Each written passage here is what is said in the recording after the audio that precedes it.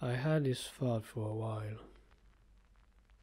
Back then, when I was out there, under the cannonade, hearing the whistling of bullets, of shells, the footsteps, the engines roaring, the buildings collapsing.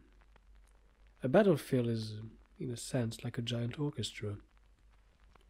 I've never been to the opera, only a few ruins of it, but even investigated, they managed to retain a certain atmosphere. When fighting within, you could swear by the echoes of the artillery impacts that battery commanders are conducting a giant violent symphony. We even have our perfect pitch prodigies. Some hardened rats can tell you the factory in which a gun was assembled just by hearing the sound it makes. Comes in handy when determining what the enemy infantry has in their hands, and when they are reloading it.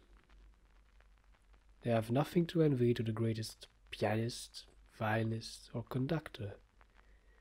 They're musicians of their own, whose instrument produce a sweet melody of death.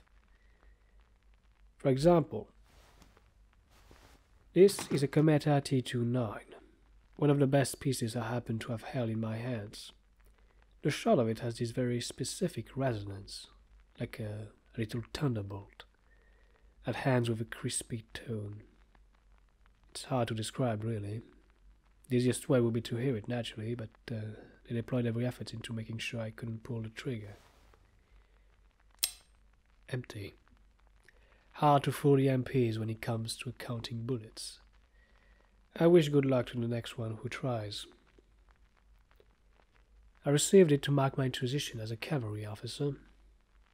It's a wheel gun, so it never jammed. It never failed to stop charging collies trying to get a sticky on us. For some, 6 shots might not seem enough, especially when you compare it to other sidearms like the Cascadier. But generally speaking, if I happen to shoot more than 6 bullets in a row, then that's a sign I should get my head back into the tank. It was my closest instrument, and I'm torn between letting it sing once again or leaving it into its new everlasting silence. I didn't hear much about its previous owner. Makes me wonder what the next one will learn.